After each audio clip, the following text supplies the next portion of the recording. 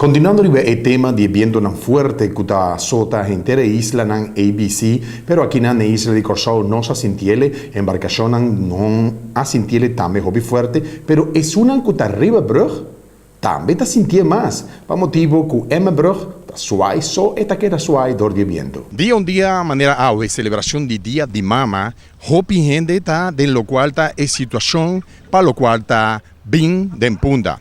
Algunas personas han preferido portar de mantener a mes na casa.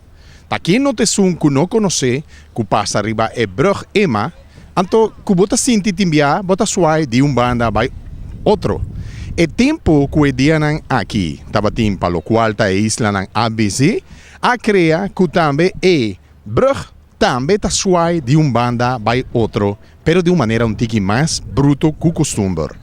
Hopi te sunan, manejamos por de nos imaginan, que tim viaja hasta pasa de brug un tiki poco espantar.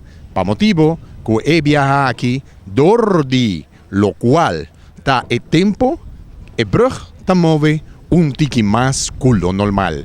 Pero es aquí, nos espera que pa edianan aquí, el tiempo lo por derecha back, y cuatrobe nos lo sigue, riba el brug mane que ta costumba. Pero, no significa que ahora botar el brug, vos paga buena atención y paga bon tino.